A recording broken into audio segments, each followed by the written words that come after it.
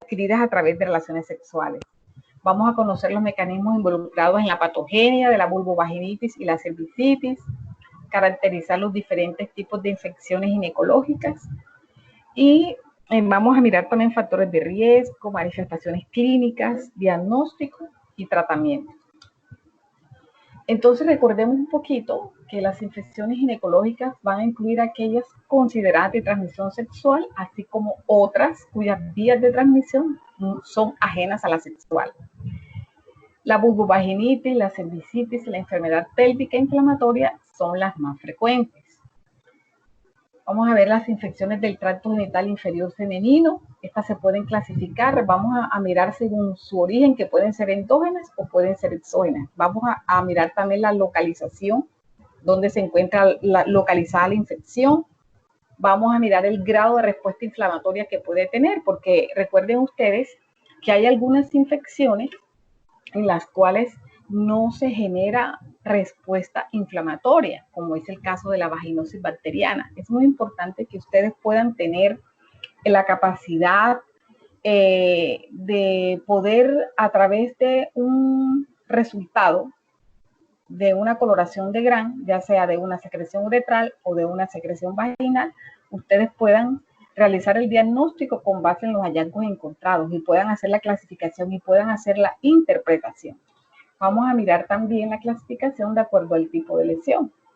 Si solamente el cuadro clínico, el signo que se encuentra es la secreción, si vamos a encontrar signos como alteraciones del epitelio, en este caso hablando de verrugas, condilomas, si vamos a mirar los tipos de úlceras, qué tipo de lesión sea, si es una lesión indurada, si es una lesión supurativa. Es muy importante que podamos hacer esa clasificación para llegar al diagnóstico de manera más fácil. Hablemos entonces de las infecciones exógenas. ¿Qué son las infecciones exógenas? ¿Sí? Como su nombre lo dice, son provocadas por microorganismos que no forman parte de la flora normal, que no están en la flora, que son visitantes, ¿cierto? Que son adquiridos de un ambiente externo. Entonces, Doctora, perdón, ¿sí? disculpe, lo que pasa es que están como sacando a muchas personas, entonces no estaban escuchando la llamada. Entonces no sé si ya esperes reingresan, porque ahí salía cada rato el mensaje que sacaron a muchos estudiantes. Entonces no sé si pausa un momento mientras van reingresando. No sé qué estará pasando. Pero, ¿y eso cómo así que sacan a los compañeros? No Pues no entiendo sé, eso. estaban ¿Ah? hablando en el grupo con respecto, lo mencionaron por el grupo, ¿Qué que mencionaron sale por el el? mensaje que lo sacan, de que Pero, sacan a los estudiantes. pero eso se da porque ustedes mismos se sabotean, ¿es algo así? Pues no sé decirle, doctora. Yo como estoy viendo acá la Pues diapositiva y eso veo que cada parece, ratito sale el doctora. mensaje Pero de verdad que triste, triste, ustedes están grandecitos, no son unos niños, yo no estoy dando clase en bachillerato. Ah, entonces de verdad que yo no me atrevo a creer que sea eso, que es que alguien esté sacando un compañero, no me atrevo a creer eso. Doctora, eso es lo mismo que hay, porque anteriormente ya hemos también tenido problemas con eso, que a veces se cae la llamada.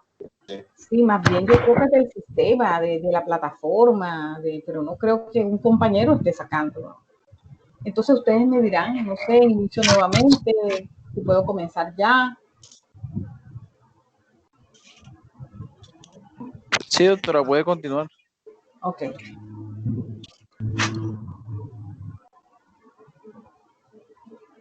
Entonces les hablaba de las infecciones exógenas. Esas infecciones, pues así su nombre, porque son adquiridas a través de microorganismos que no se encuentran en la flora normal, que son adquiridos a través de, puede ser una persona o un fómite, ¿sí?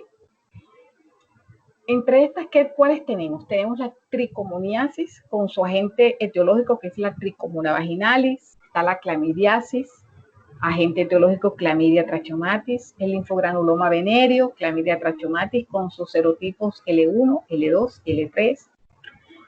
la gonorrea, Neisseria gonorrea, el granuloma inguinal con su agente etiológico, el Doctora, qué Calimactobacterium. pena. Es que la pantalla no se ve, la diapositiva. Qué vergüenza. Bueno, vamos a ver.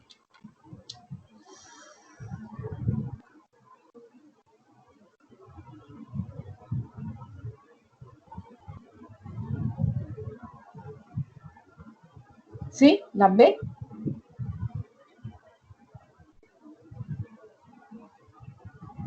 ¿Sí ven ahora la pantalla?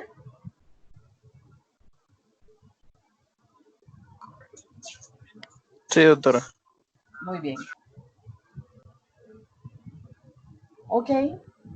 Miremos ahora infecciones endógenas. Infecciones endógenas son aquellas producidas por microorganismos que hacen parte de la flora normal. Entonces recordemos un poquito cuál es la flora normal, ¿sí? Van a recordar ustedes que va a depender del grupo etario. Si se trata de un niño, si vamos a estar en una mujer en edad fértil o una adulta mayor, dependiendo de eso, vamos a determinar la flora normal. Entonces, las infecciones endógenas, podríamos hablar de la candidiasis o candidosis vulvovaginal, está la vaginosis bacteriana, debida al complejo Gardnerella vaginalis, anaerobios, mobiluncos, micoplasma, y las vaginitis inespecíficas por Streptococcus del grupo B, o vaginitis inespecíficas por enterobacterias, o vaginitis inespecíficas por el Corynebacterium spp. ¿De acuerdo?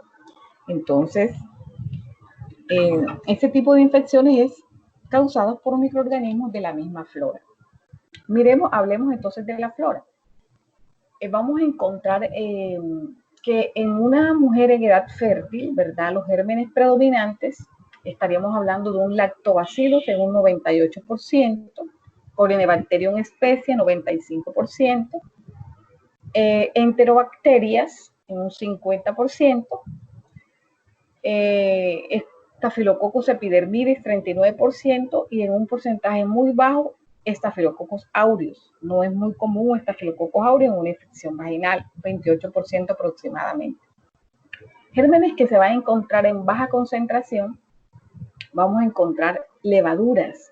Generalmente las levaduras nosotros al microscopio no las observamos en condiciones normales, ¿sí? En un 30% aproximadamente tenemos levaduras como flora normal, pero al observarla al microscopio muy difícilmente las observamos.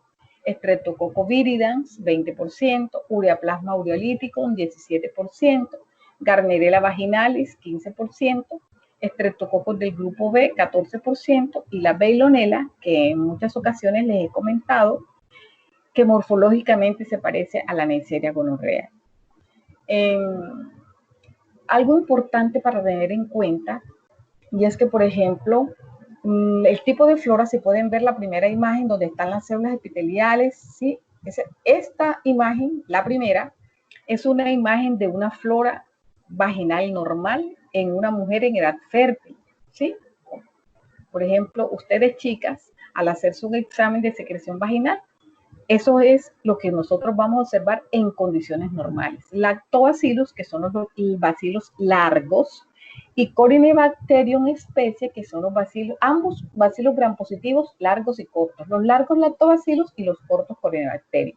Como se encuentra en ese porcentaje tan importante, 98-95%, opacan, ¿sí? Opacan la otra flora. Esos gérmenes de baja concentración opacan la presencia de cándida, de Streptococcus viridans y estos que les acabo de mencionar.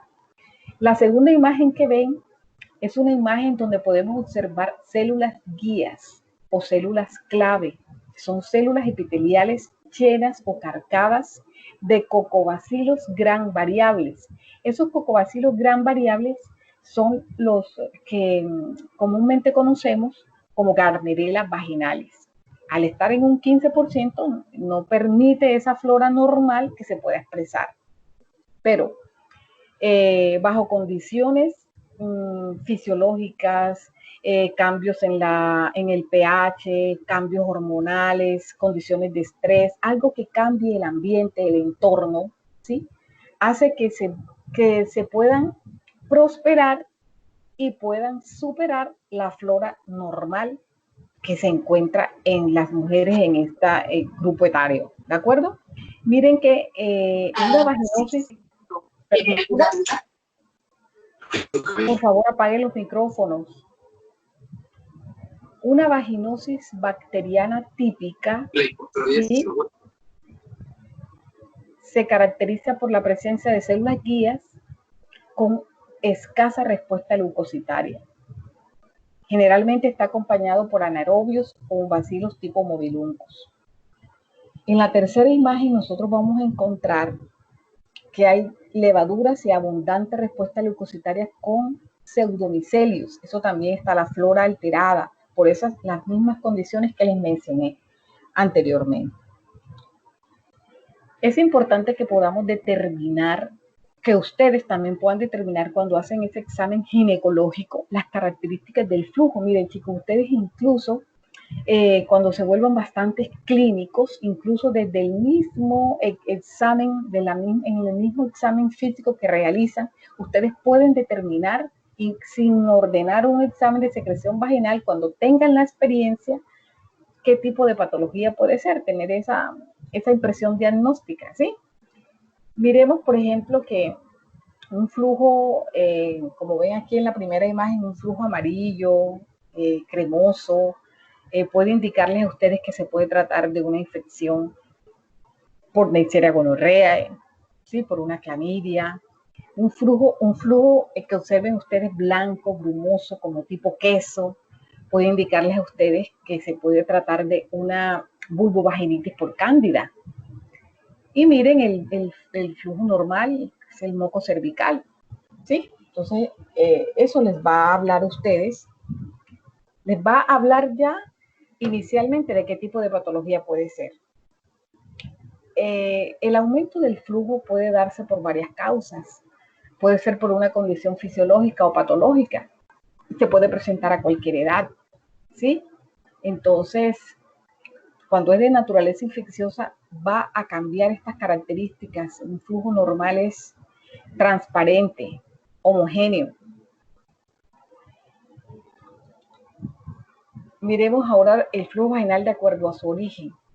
Se clasifica en flujo vaginal que procede de la vagina, las glándulas de Bartolini, el flujo cervical del cuello del útero, flujo corporal viene dentro del útero, flujo vulvar, flujo tubario, y de acuerdo a la clasificación por su etiología puede ser un flujo fisiológico. En la embarazada el flujo puede aumentar por el cambio hormonal. En la excitación erótica el flujo va a aumentar por aumento de la secreción del moco cervical. El flujo patológico puede ser específico, inespecífico o mixto. Específico cuando nosotros tenemos una patología establecida. Hablemos de la vaginosis bacteriana, un flujo específico blanco grisáceo, con un olor fuerte como a pescado. Eso es un flujo específico. Un flujo inespecífico es aquel que no define las características que están descritas en la literatura, como no me define que se pueda tratar de una vaginosis o que se pueda tratar de una candidiasis, ¿sí?, específicamente. Y el flujo mixto que podemos encontrar de ambos, podemos encontrar una vaginosis bacteriana asociada a una tricomoniasis, incluso podemos tener a veces hasta 3 tipos de infecciones.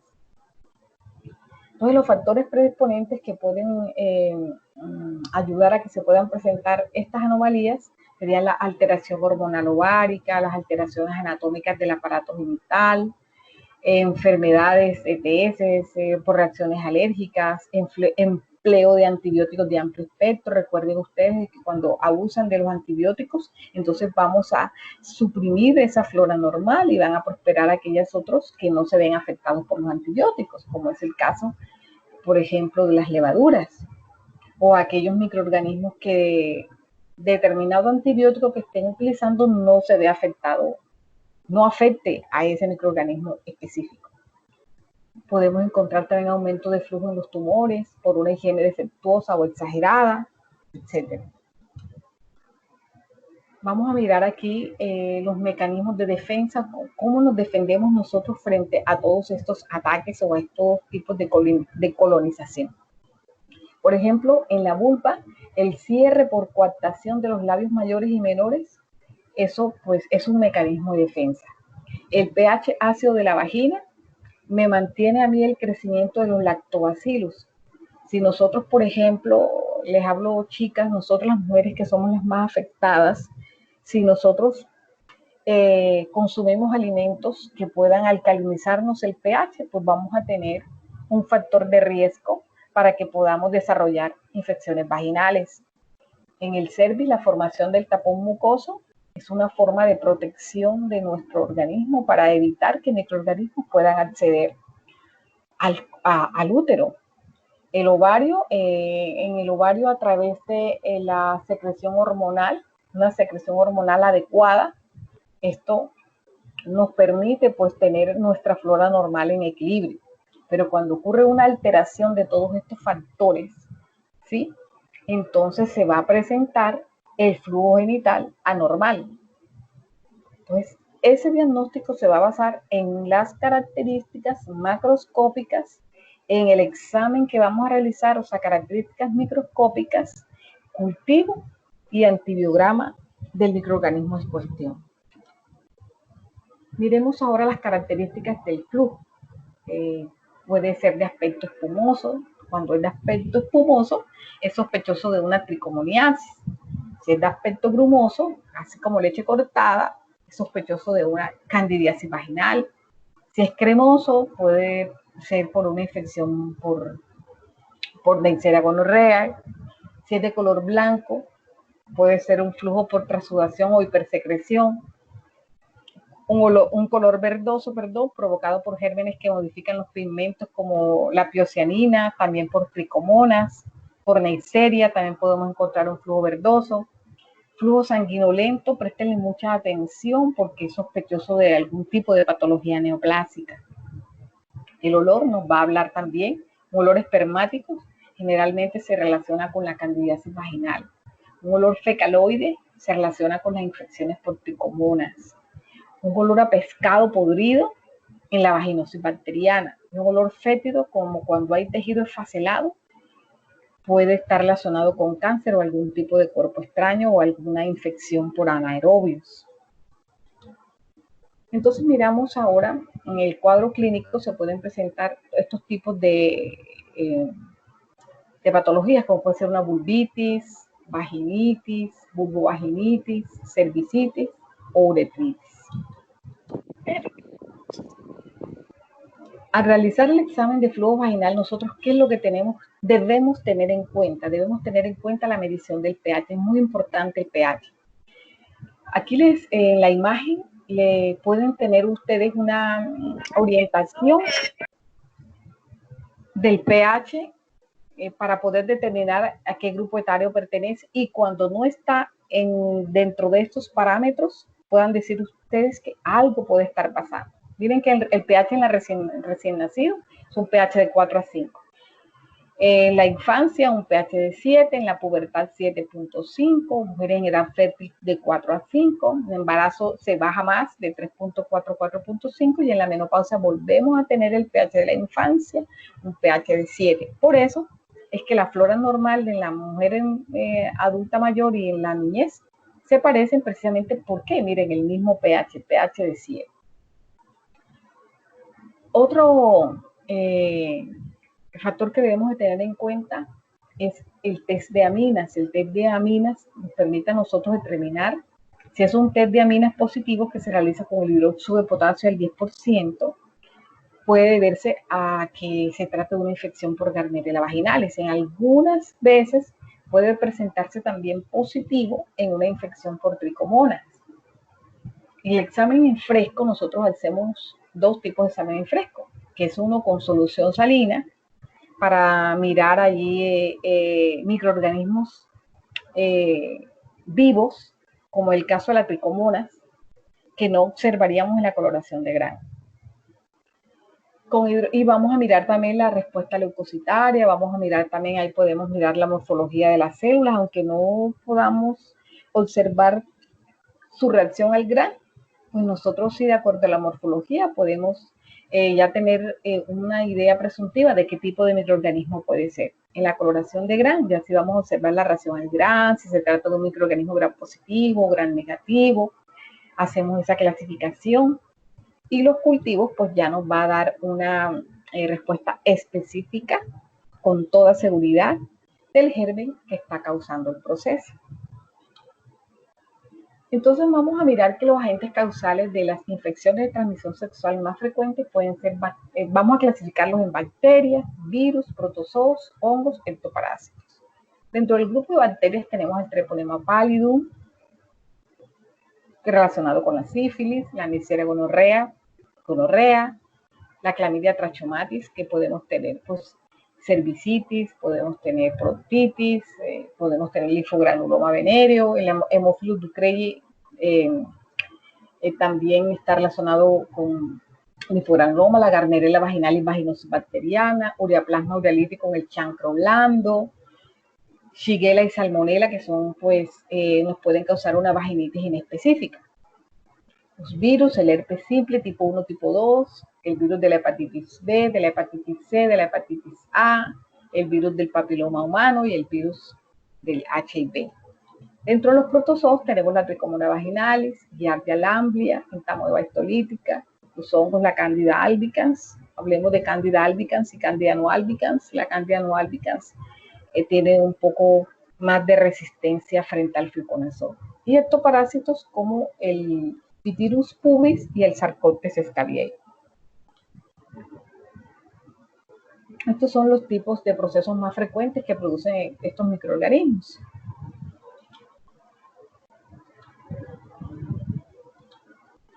Las formas de contagio. Las formas de contagio puede ser a través del sexo oral, vaginal, anal. Contacto con sangre infectada, de madre a hijo, en un embarazo, parto, lactancia, de forma parenteral, ¿sí? A través de inyecciones. Vamos a encontrar diferentes síndromes clínicos. Dentro de estos síndromes clínicos los vamos a clasificar de acuerdo al germen. Podemos encontrar el síndrome clínico ulcerativo. Vamos a encontrar aquí la sífilis, el herpes genital, el chancro blando, el granuloma inguinal y el linfogranuloma venéreo. Dentro del síndrome de cervicitis mucopurulenta tenemos a la gonorrea, la clamidia y la Trichomonas vaginalis. Dentro del síndrome de la uretritis hablamos de la gonorrea, la clamidia y la Trichomonas vaginalis. Dentro de la vaginitis está la gonorrea, clamidia, tricomoniasis, vaginosis bacteriana, candidiasis, infección HPV. Aquí la vaginitis, la gonorrea, pues la suprimen. Ectoparásitos tenemos el Pediculosis pubis, la sarna y otros como hepatitis A, B, C y HIV. Miremos aquí con respecto al síndrome de las úlceras. Vamos a mirar aquí el agente, el periodo de incubación. Observemos aquí que en la sífilis causada por el Treponema pallidum, el tiempo de incubación está aproximadamente 10 a 90 días. Fíjense ustedes, de 10 a 90 días, 3 meses aproximadamente. En el chancroide, Haemophilus ducreyi de 3 a 7 días, el virus del herpes simple de 3 a 6 días, el linfogranuloma venéreo por Chlamydia trachomatis de 3 a 7 días y granuloma inguinal de 7 a 84 días. Podemos hacer la diferenciación que en la sífilis vamos a tener una pápula indurada, generalmente sin ningún tipo de secreción, indolora. En el chancroide vamos a tener una mácula o pápula o pústula, pero esta va a ser blanda, movible y generalmente puede estar infectada por otro tipo de microorganismos. En el herpes vamos a observar una vesícula, como cuando nosotros pues sufrimos alguna quemadura que luego se ulcera. En el linfogranuloma venéreo podemos observar mácula, pápula o pústula y en el granuloma inguinal pápula o vesícula.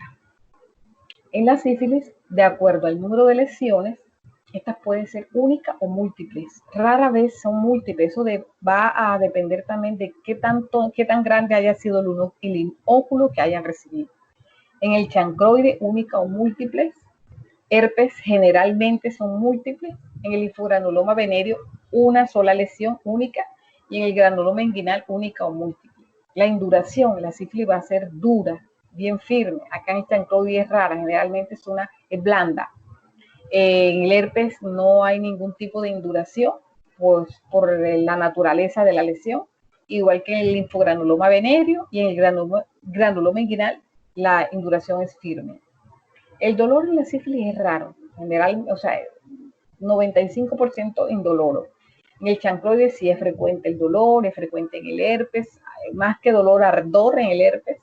En el linfogranuloma venéreo es variable y en el granuloma inguinal es raro también.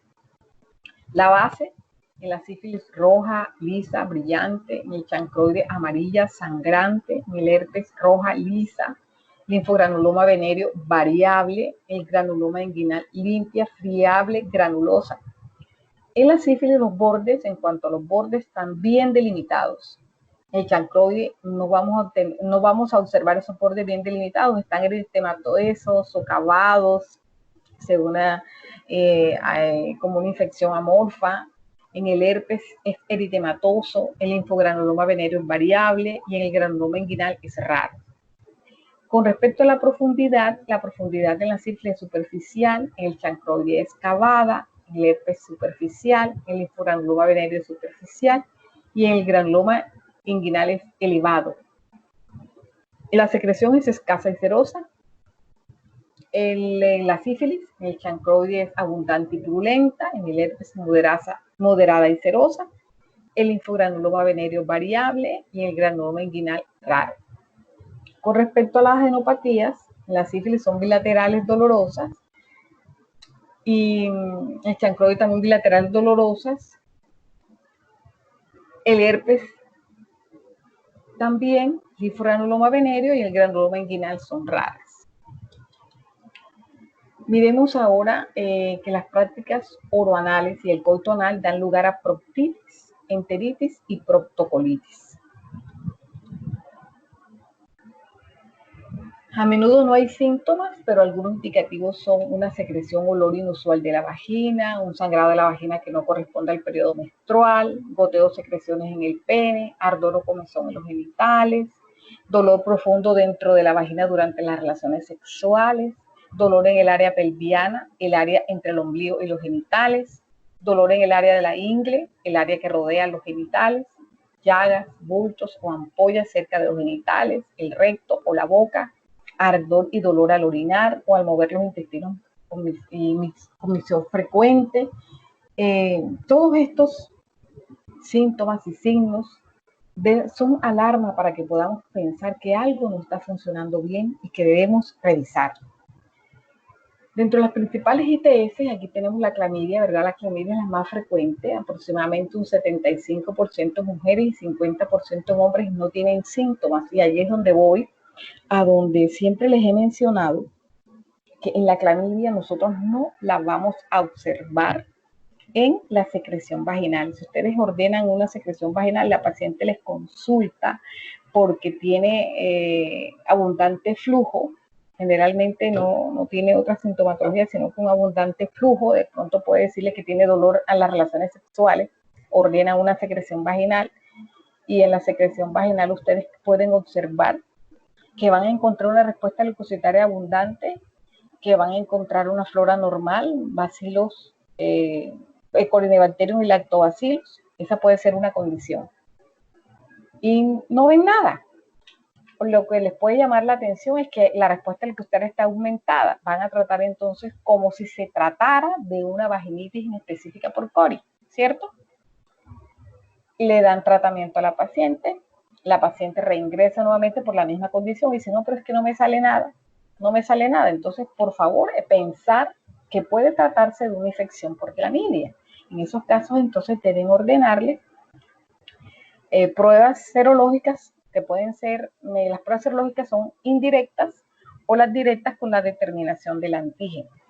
La clamidia, el periodo de incubación, vamos a encontrar que es amplio, puede ser aproximadamente de unos 10 días a más o menos un mes, 45 días, o sea, es algo que se da paulatinamente. Hay pacientes que tienen muchísimo tiempo de tener la afección y cuando viene a ver, pues ya termina con una enfermedad pélvica inflamatoria, ya puede terminar incluso desarrollando un acceso tubovárico. Entonces, es importante esto. El tratamiento recomendado para la clamidia es la doxiciclina, 2 dosis diarias durante 7 días o la citromicina en una dosis única. En la candidiasis, el 80-90% están producidas por Candida albicans. ¿Por qué se habla de un 80-90%? Hacemos esa diferenciación porque también vamos a encontrar Candida no albicans. ¿Sí? Candida no albicans se trata de otro tipo de Candida, como puede ser la Candida glabrata, la Candida Crusei, Candida gallinarum, o sea, otros tipos de Candida. Y el síntoma predominante aquí es el prurito, hay mucha rasquiña. La infección puede localizarse en el aparato genital, en el recto y en el ano. La leucorrea es blanco-amarillenta en grumos, con gran viscosidad y con formación de pseudomembranas, como la pueden estar observando en la imagen. Son factores predisponentes acá, los niveles altos de estrógenos, o sea, en la embarazada tienen el factor de riesgo, son frecuentes estas vaginitis por cándida. La diabetes, el uso de corticoides o antibióticos de amplio espectro. Y pues la candidiasis puede o no deberse a transmisión sexual. En el hombre pues se llama balanitis. El diagnóstico, ¿cómo lo hacemos? El cultivo es el método más sensible y específico. Se cultiva en medio saburó. En el frotis o en la secreción vaginal nosotros vamos a observar la presencia de hifas o pseudohifas. Esto es un signo de infección activa. Si solo les están reportando levaduras sin pseudomicelio, quiere decir que la infección puede estar incipiente, pero cuando ya observamos pseudomicelios o hifas presentes, quiere decir que la infección está activa. El pH vaginal y la vulvovaginitis por cándida simple no se modifica. El tratamiento para ella se indica 150 miligramos de fluconazol oral en una dosis única. En tratamiento local pueden utilizar tratamiento tópico con óvulos de nistatina o una combinación de nistatina con metronidazol. Pueden utilizar clotrimazol, miconazol o tioconazol. Aproximadamente 10 días o 14 días. Cuando hay casos recurrentes, se aconseja que puedan tomar el fluconazol de 200 miligramos una por semana. O sea que se tomarían 4 pastillas en un mes. El régimen intensivo inicial durante 14 días y esquema mensual de mantenimiento por vía oral o intravaginal. Con respecto cuando habla del régimen intensivo inicial durante 14 días, se refiere al tratamiento tópico. ¿Sí? Muy bien. La tricomoniasis. La tricomoniasis es causada por un parásito, ¿sí? Por la tricomonia vaginalis, de transmisión sexual. La infección suele ser asintomática en los hombres. En la mujer puede invadir el aparato urinario transformándose en una afección urogenital. Produce una leucorrea. La leucorrea es de baja viscosidad abundante, ligeramente maloliente, homogénea, color amarillo grisácea o verde amarillenta, espumosa y con burbujas de aire, como lo pueden observar en la imagen. Muchas pacientes describen un ardor bastante fuerte, como si tuviesen como un quemazón dentro de la vagina. Se podría catalogar de que una tricomoniasis en una mujer donde tenga una infección por un inóculo importante puede considerarse una urgencia. En la exploración pueden observar el cervix que puede presentar como unas petequias, sí que parece un cervix en aspecto de fresa, como lo pueden ver en la imagen. Esto es característico y patognomónico de la tricomonia vaginalis. ¿Cómo realizamos el diagnóstico? Bueno, ordenan un examen de secreción vaginal. En la secreción vaginal vamos a observar en el examen en fresco al protozoo, o sea, a la tricomonia vaginalis. Tiene una forma de pera. Esto tiene una sensibilidad aproximadamente del 80%. En los cultivos, en nuestro medio, no están disponibles realmente. Ustedes pueden hacer el diagnóstico con una secreción vaginal. El tratamiento, metronidazol, 500 miligramos cada 12 horas por vía oral durante 7 días o 2 gramos en dosis única. También pueden utilizar tinidazol, 2 gramos vía oral, una sola dosis. Y acá debe tratarse a la pareja porque en los hombres generalmente esta es una infección asintomática. La gonorrea es una enfermedad de transmisión sexual que, o sea, es exclusiva de transmisión sexual, porque este microorganismo, por sus características, no es posible que pueda transmitirse a través de fómites, una toalla, porque me senté en la taza. No, es exclusiva de transmisión sexual, ¿sí? Es producida por el gonococo Neisseria gonorrhoeae, es un microorganismo gram negativo, un diplococo gram negativo. Generalmente se observa en pareja como granito de café. Por su ubicación, la gonorrea se puede dividir en una gonococcía baja y gonococcía alta. La baja, localizada por debajo del orificio interno del cuello, endocervix, uretra y glándulas vesiculares. Y la alta está localizada por encima del orificio cervical interno, o sea, el endometrio. En el hombre, ven la primera imagen, observan así, el hombre manifiesta observar una secreción generalmente matutina, amarilla o amarillo verdosa. La mujer, ahí estamos observando el flujo, como se puede ver en una cervicitis. Y la tercera imagen es una imagen en la cual nosotros observamos en microscopio característica, observamos una respuesta leucocitaria abundante con diplococos gram negativos intra y extracelularmente en forma de granitos de café. Eso es típico de una lámina positiva para Neisseria gonorrhoeae. El periodo de incubación es de 2 a 7 días. Los síntomas en el hombre son, o sea, más comunes son el ardor y dolor al orinar, y la secreción uretral, como les decía, es de color blanco, amarillenta o amarillo verdosa. En el hombre, el diagnóstico se hace con una secreción uretral. No requiere cultivo, porque como el hombre no tiene flora normal, no vamos a tener la interferencia de la veilonela, que tiene una morfología similar a la Neisseria. Entonces, el diagnóstico lo hacemos a través de una secreción uretral. La mujer, esto puede ser inespecífico, puede estar enmascarado, hay mujeres que no pueden presentar síntomas y sí tienen el microorganismo. En algunos casos, cuando hay sintomatología, pueden presentar ardor, dolor al orinar, así como una secreción vaginal amarillenta e inclusive sanguinolenta. En la infección rectal produce sensación de hormigueo o picazón, dolor al defecar, sangrado. En la infección faríngea pueden presentar dolor al tragar, pueden presentar dolor también en las amígdalas.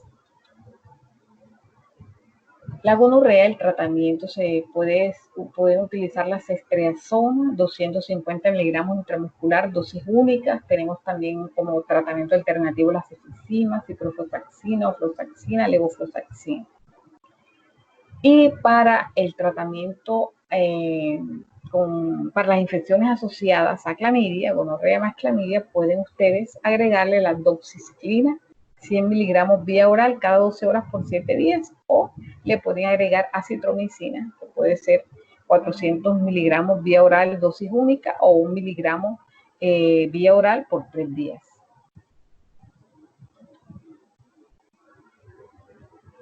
La sífilis, treponema, el agente etiológico es el treponema pallidum.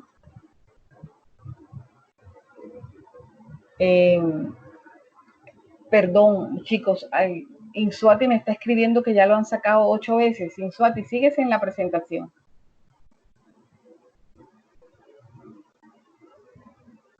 Insuati. Chicos, ¿me están escuchando?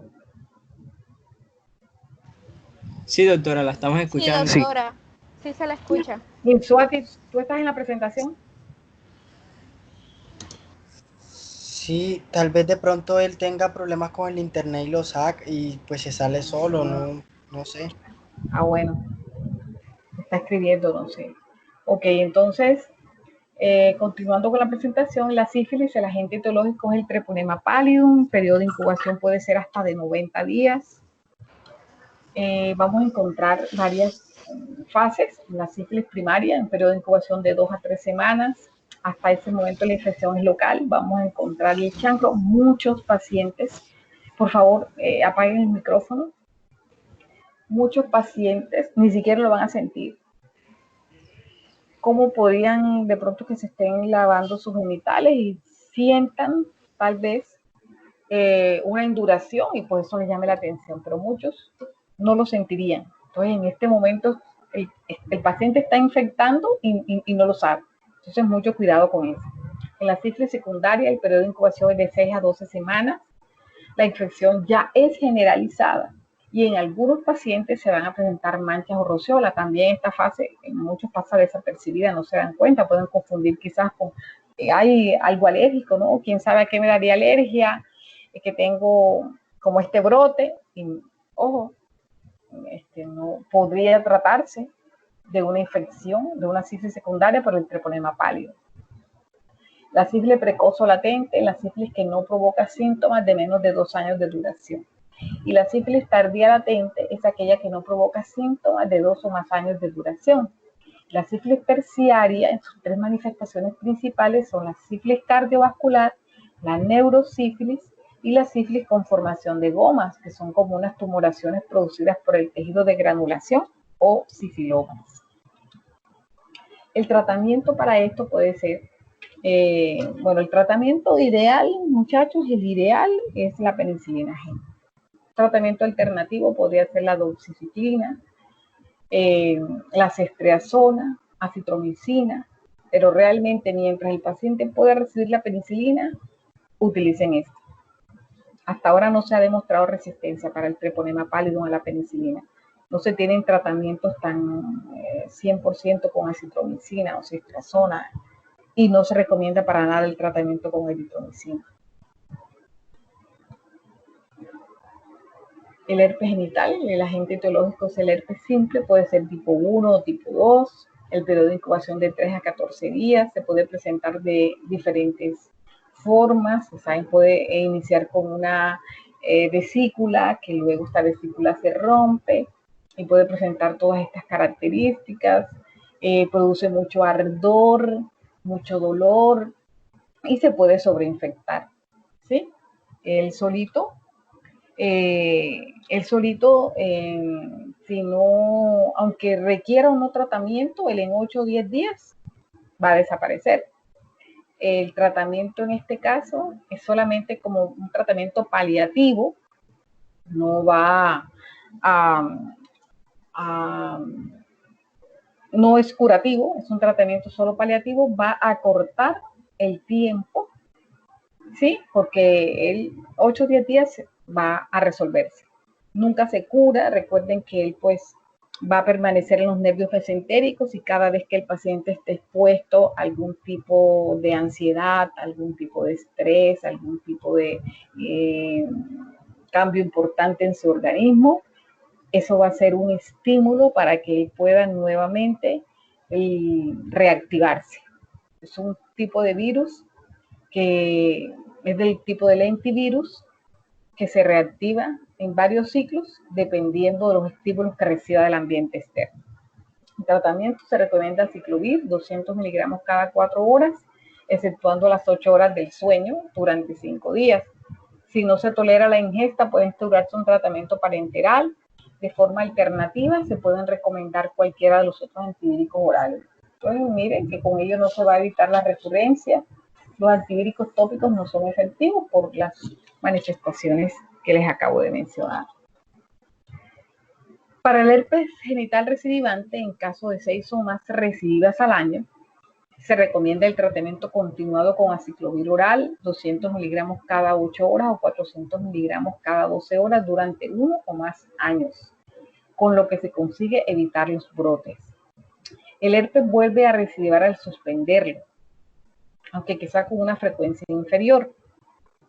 Alternativamente se puede recomendar algunos de los otros antivíricos orales, se puede recomendar también, se le debe informar al paciente sobre las características de su enfermedad e instruirlo para evitar el contagio.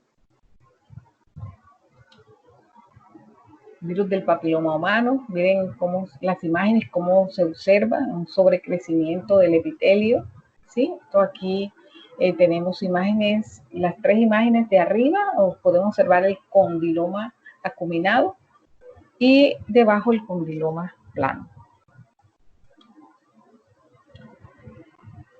Los tipos de virus, vamos a encontrar que los tipos 16 y 18 son responsables del 70% de los casos de displasia cervical de alto grado y adenocarcinoma in situ. Además, causan el 70% de displasia vulvar de alto grado en mujeres premenopáusicas, como así también de las lesiones vaginales escamosas de alto grado. Los tipos 16, 18, 31 y 45 son responsables de más del 80% de los casos de cáncer de cuello del útero. Los tipos 6 y 11 son responsables del 90% de los casos de verrugas genitales y no son asociados a cáncer. Y los tipos 11, 16 y 18 son responsables del 35 y 50% de la displasia cervical de bajo grado. Vemos entonces que hay muchos tipos de virus del papiloma humano, pero que causan diferentes tipos de infecciones. Hay unos que no son dañinos, hay unos que sin verrugas ni cáncer, hay unos que están ligados a verrugas y causan verrugas genitales, hay otros que están ligados al cáncer, pero que la mayoría de estos que están ligados al cáncer sanan. Algunos persisten, pero no hay anormalidades en el cervix. Algunos persisten con algunas anormalidades en el cervix y unas cuantas persisten y progresan al cáncer cervical. El tratamiento puede ser fluoracilo, electrocauterio, o sea, la cauterización y el asa diatérmica para la electrocauterización.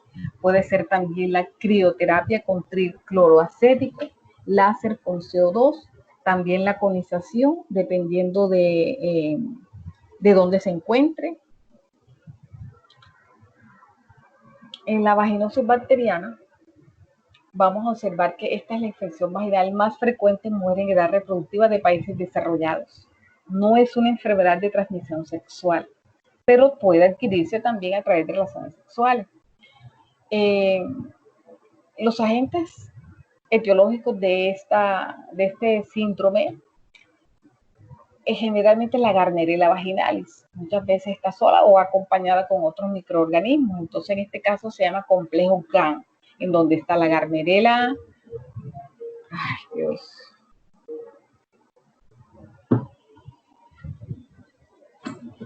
Chicos, ¿no me están escuchando? Chicos. Sí, yo sí la escucho, doctora. Porque me estaban llamando ahora. Sí se escucha. ¿Ah? Sí se Estaban escucha, llamándome doctora. ahora. Entonces, no sé quién me estaba llamando. Ok.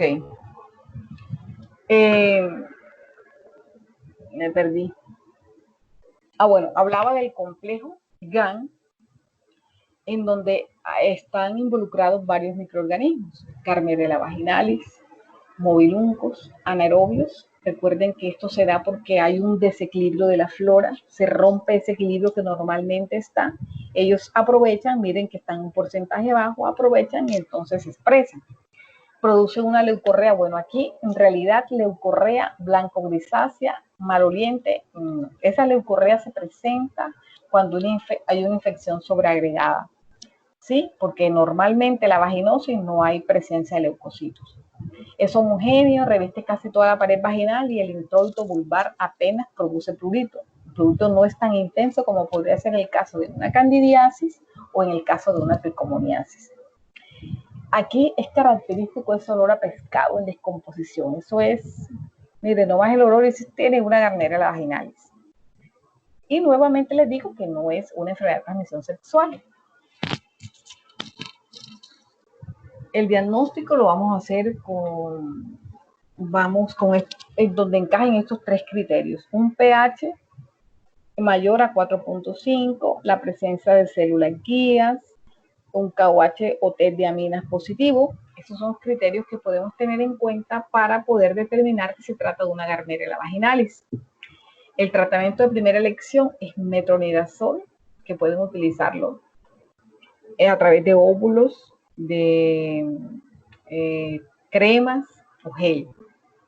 Clindamicina, también en gel, 7 días, también lo pueden utilizar oral, metronidazol vía oral. Como alternativa el metronidazol oral en monodosis, clindamicina oral, clindamicina óvulos. O sea, en todo caso es metronidazol, clindamicina para tratamiento. Miremos ahora las diferencias entre la vulvovaginitis. Miremos acá que se trata de una cándida. Vamos a observar un flujo blanquecino espeso en grumos. En la tricomona vamos a observar una secreción abundante con burbujas. Y en la vaginosis, una secreción maloliente blanco grisácea. En la cándida podemos observar eritema. ¿Por qué? En la vulva y en la vagina. Porque como produce prurito, pues entonces es difícil no rascarse. Igual la tricomona. Hay eritema y el cuello en colpitis o fresa, como les mostré en la imagen. Igual no hablemos de que por qué el cuello en fresa, sino es por la cantidad donde, como la tricomona es móvil, está constantemente pues haciendo como un daño mecánico. Pasa en continuo movimiento y produce esos piquetes en el cuello del útero, por eso lo podemos observar como cuello en fresa. En la vaginosis no hay inflamación. El pH vaginal en la cándida es menor de 4.5, en la tricomona es mayor de 4.5 y en la vaginosis es mayor de 4.5 también. El test de aminas negativo en la cándida puede ser ocasional en la tricomonas y en la vaginosis positivo. La microscopía de examen en fresco, levaduras, vamos a encontrar presencia de levaduras, la tricomona polimorfonucleares y tricomonas y en la vaginosis la presencia de células guías. Cuando observamos de pronto en la cándida puede ser que esté acompañada de otro tipo de infección, o sea, podemos encontrarla que el paciente pueda tener cándida, pueda tener tricomonas y pueda tener vaginosis. Podemos encontrar la infección mixta. La Chlamydia trachomatis es una bacteria gram negativa, es intracelular, ¿sí? Anteriormente se creía que era un virus. Clínicamente va a producir cuadros de uretritis en ambos sexos y en la mujer además cervicitis, endometritis, salpingitis, una enfermedad pélvica inflamatoria, peritonitis y perihepatitis. La Chlamydia trachomatis también puede producir conjuntivitis de inclusión del recién nacido, los serotipos L1, L2 y L3, una ETS denominada linfogranuloma venéreo. La patogenia. Entonces miremos acá que la Chlamydia trachomatis va a depender de la célula huésped y en su interior va a formar cuerpos de inclusión. Vamos a encontrar unos cuerpos elementales, ¿sí? Que inicialmente estos cuerpos elementales se van a fijar a la célula, pues ahí van a entrar y se comporta aquí como un virus, como obligando a la célula a que haga su síntesis de ARN y proteínas.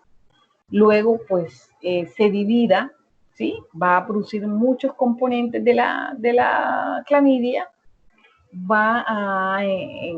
en un momento llegará en que va a haber tantos cuerpos elementales allí que eso va a, lo que consigue con esto es la rotura de la célula y estos cuerpos elementales salen a infectar nuevas células, o sea que si ustedes pueden observar el comportamiento es como si fuera un virus.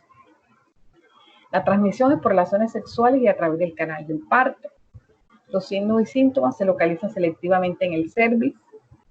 Miren el porcentaje de pacientes asintomáticos. Lo que yo les digo que ustedes tienen que siempre estar alertos con esto, porque puede tratarse de una clamidia ahí oculta y que si esto se deja pasar con el tiempo, puede terminar causando daños importantes. Entonces presten atención a esas secreciones vaginales anormales en donde no se encuentre ningún tipo de patología asociada. Busquen siempre a la Chlamydia trachomatis. Miren que el carácter asintomático determina a menudo que haya alguna complicación causando una endometritis, una salpingitis, una EPI o un acceso tubo ovárico. Los métodos diagnósticos podemos utilizar, o sea, la prueba gold estándar de la clamidia es la PCR. Aquí vamos a utilizar métodos directos o métodos indirectos. Los métodos directos son la determinación de antígenos para aquellos pacientes que tienen, a quienes se les puede tomar aquellos pacientes que tengan secreción, la detección de antígenos, o sea, métodos directos. Y los métodos directos para aquellos pacientes que no tengan ningún tipo de secreción, entonces les pueden solicitar pruebas serológicas para determinación de anticuerpos G y M para clamidia trachomatis. El tratamiento es tratamiento recomendado: citromicina, 1 gramo vía oral, dosis única, doxiciclina 100 miligramos vía oral cada 12 horas por 7 días, y el tratamiento alternativo puede ser eritromicina, 500 miligramos vía oral cada 6 horas por 7 días, o ofloxacina 300 miligramos vía oral cada 12 horas por 7 días, levofloxacina 500 miligramos vía oral por 7 días. Bueno, entonces como conclusión, tenemos que tener en cuenta que es una de las consultas más frecuentes en ginecología, la presencia de secreción vaginal. El paciente generalmente consulta porque está preocupada porque tiene un flujo anormal, ¿sí? Entonces este es el principal problema y pues en el cual se tiene que establecer cuáles son sus causas. Existen secreciones vaginales normales que varían con la edad, y que eso va a determinar el momento del ciclo, va a estar determinado por el estado emocional, por si tiene o no un dispositivo intrauterino, por si usa o no anticonceptivos orales. También van a tener en cuenta que no toda secreción es infecciosa y que por tanto no toda infección amerita tratamiento, ¿verdad? La vulvovaginitis y la cervicitis son enfermedades de consulta habitual en las mujeres en edad fértil, a pesar del limitado número de etiologías que explican la mayoría de las vulvovaginitis y de las cervicitis. La aproximación diagnóstica suele considerarse engorrosa. Entonces, chicos, si tienen alguna pregunta, Doctora, ¿sí? hay 2 preguntas en el chat. Si quiere, ¿se las mira o Espérate. será?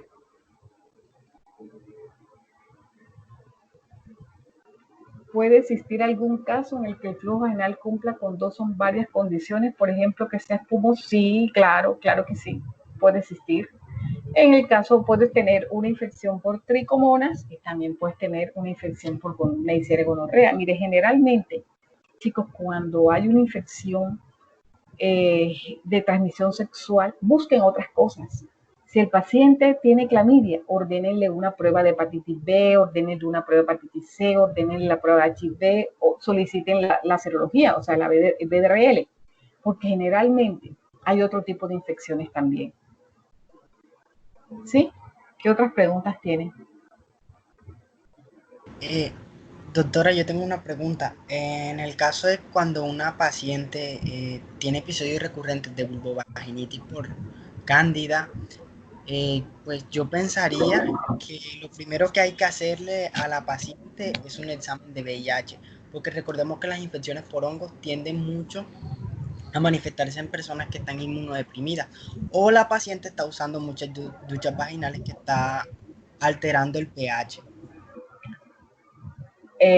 Por favor, recuérdame tu nombre.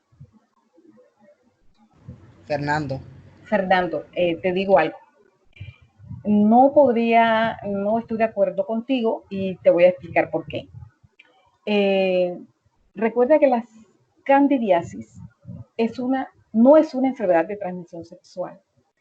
Y tú te vas a dar cuenta que vas a tener muchas pacientes, niñas, con infecciones por cándida. Vas a tener muchas pacientes, mujeres en edad fértil, por infecciones por cándida y no tienen relaciones sexuales. ¿Por qué? Porque de pronto usen panties justos, de licra, de color negro, muchos jeans, tengan una dieta una dieta ácida que le va a permitir acidificar o alcalinizar el pH, ¿sí? Le va a aumentar el pH y eso va a hacer que pueda prosperar este microorganismo en un paciente diabético, en aquel paciente que puede estar consumiendo corticosteroides. Hay muchas razones por las cuales se puede perder el equilibrio y me puede hacer prosperar la Candida albicans, ¿sí? Entonces, y dentro de estas razones, dentro de estos factores de riesgo, obviamente están aquellos pacientes inmunosuprimidos por otra causa, en donde tú puedas pensar que se trata de un paciente con HIV, ¿sí? Pero no lo vamos a encasillar como que a todo paciente que tenga estas infecciones recurrentes yo le deba mandar HIV, porque yo también tengo infecciones en niños que no han tenido relaciones sexuales. Hay muchos factores de riesgo para eso. Entonces no lo relacionaría, a lo que sí relacionaría yo con eso es otra infección de transmisión sexual en donde sí le pueda solicitar estas pruebas. ¿Listo, Fernando? Ok, gracias, doctora. Con mucho gusto. ¿Qué otra pregunta? Doctora, están escribiendo en el chat, bájela. Tinkler tiene 2 preguntas. Ettinger, no he sabido de tu vida, no has manifestado. A ver, tú eres el que dices que otra duda en la parte que debemos buscar otras cosas, ¿cuáles serían? No entiendo la pregunta. Otra duda en la parte que debemos buscar otras cosas, ¿cuáles serían para orientarnos mejor? Cuando les mencioné lo de la clamidia. Sí, o sea que usted nos está diciendo que debemos buscar aparte de otras cosas, o sea, Sí. denos ejemplos puntuales para uno saber qué buscar. Ejemplo puntual. Paciente que consulta porque dice, doctor, es que tengo mucho flujo. Ok, ¿qué haces tú? La revisas y le ves un flujo, pues, como que sí, solamente ves un flujo blanco homogéneo. ¿Y qué le ordenas? Una secreción vaginal. La paciente vuelve con el resultado y en ese resultado, ¿qué encuentras? Que tiene, la flora está normal. Te dice, el resultado te dice flora mixta normal. La paciente dice, pero es que tengo flujo. Un caso, ¿no? Tengo flujo. No hay respuesta y está normal el flujo. No tiene nada, se va para su casa y ella vuelve. Doctor, pero es que yo sigo con flujo, ¿a qué se debe? No estoy tomando anticonceptivos, le mandas las hormonas y todo bien. Entonces ahí tú dices, ordenas un test de clamidia. Otro caso, tiene flujo y te reporta una vaginitis inespecífica por enterobacterias, una vaginitis inespecífica por Corynebacterium. Sí, hay respuesta leucocitaria, están alterados los corinebacterios, o hay respuesta leucocitaria y se trata de una enterobacteria. Pero persiste, tú le das tratamiento y persiste. Entonces, ahí es en estos casos donde tienes que ordenar un test de clamidia. ¿Listo? Listo, doctor. Y otra pregunta. En la parte de, por ejemplo, si un paciente va a realizar su vida sexual, entonces, y uno le va a hacer los exámenes, ya sea a su pareja o a él, ¿qué exámenes le mandaría? ¿Los test rápidos son buenos? ¿Usted qué opina de ellos? Sí, claro que sí, tienen una muy buena sensibilidad. ¿Qué ocurre con las pruebas rápidas? Tienen especificidad y sensibilidad, pero como el material que se utiliza no es específico, ¿sí? Puede tener reacción cruzada. Por ejemplo, ustedes ordenan un BDRL, una serología BDRL, y le sale una titulación reactivo 16 DILs. Con eso tú no puedes determinar que el paciente tenga una sífilis. Tú tienes que confirmarlo. ¿Cómo lo confirmas? Con un FTABS. Sin embargo, cuando uno observa títulos altos, muy seguramente eso no va a ser por una reacción cruzada. Eso puede estar hablando de que se trate de una sífilis, pero igual tú lo tienes que confirmar con el FTA. Cuando te haces también una prueba de ELISA, en donde te da positiva, y tú para poder instaurarle tratamiento al paciente y decir que tiene SIDA, tú lo tienes que confirmar con un Western blot. Igual cuando tú te haces una prueba de hepatitis B o hepatitis C con una prueba rápida, tú tienes que confirmarlo en la prueba que me detecta directamente el antígeno. En estos casos, en estos tiempos que estamos viendo el COVID, existen 2 tipos de pruebas. La prueba rápida, que determina anticuerpos GIM para COVID-19, y la prueba por PCR. Si el paciente le da, miren que sucedió esto, el paciente de Los Palmitos y el paciente aquí en Sincelejo, ¿sí? Que le dio una prueba positiva de rápida para COVID, la de aquí de Sincelejo, pero se hace la PCR y dio negativa. Entonces, eso es lo que va a confirmar. Pero sí te da a ti una orientación. ¿Listo? Lo que sí no es muy común es que la prueba te dé negativa y tú sí tengas, por ejemplo, te dio el HIV una prueba rápida negativo y tú dices, anda, me dio negativo, ¿será que me tengo que hacer este blon para...? No, ahí sí no. Es muy raro un falso negativo. Lo que sí es común son los falsos positivos. Falso positivo es que la prueba dice que tienes, pero realmente no tienes. Y un falso negativo es que la prueba dice que tú no tienes, pero realmente tienes. Eso es extremadamente raro. Ahora sí. Sí, ahora sí, en la parte de los exámenes, ¿Cuál es tu pregunta? de la pareja que está y va a iniciar su vida sexual Claro, y claro, quiere, claro que sí. Si tú dices, bueno, tengo mi novio y tú quieres decir, yo dice, bueno, hazme favor y muéstrame, necesito que me demuestres una prueba de HIV, una de hepatitis B, una de hepatitis C, y serología, le pides eso, ¿viste? Y si quieres le pides una de embarazo también, porque de pronto tengas relación y ya estaba embarazada. Entonces le pides el Gravidex, le pides el HIV, le pides la hepatitis C, la hepatitis B y la serología, que es el BDRL. Con esas 5 pruebas que le soliciten, ya puede empezar una relación de una forma un poco tranquila. listo, pero muchas gracias, yo. Con mucho gusto. John Julio está escribiendo algo.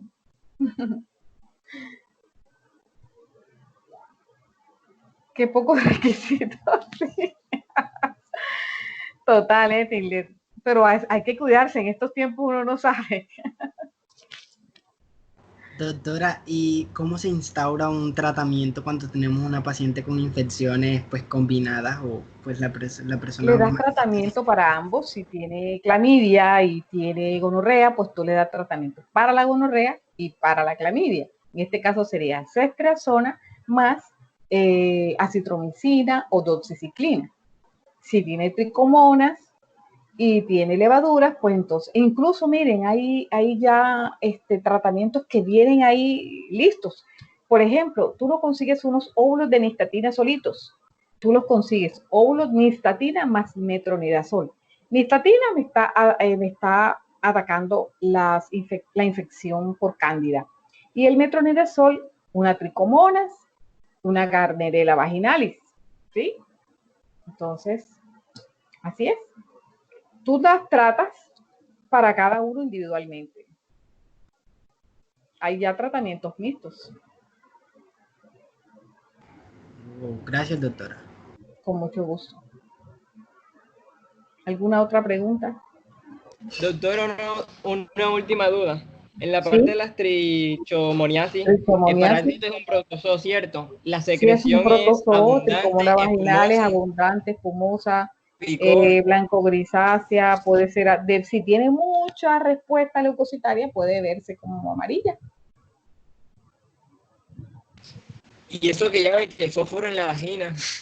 Ah, sí, porque el paciente manifiesta un ardor fuerte, le arde mucho y no lo soporta. Entonces, si tiene muchísimas tricomonas en la vagina, consulta por urgencia, no puede dormir. Y una vez reciba le mandan ustedes enseguida un óvulo de metronidazol y dice, es como si dijera, ay, qué alivio.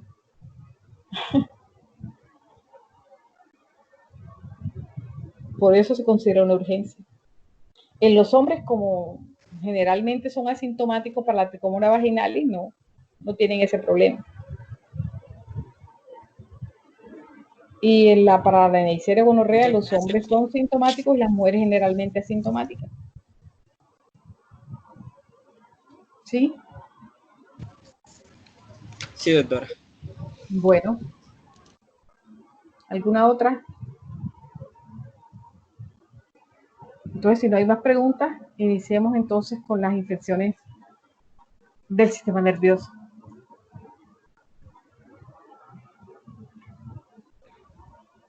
Buenas, la doctora. Hola. Bueno, mi nombre es Aura Pineda y bueno, voy a compartir la pantalla.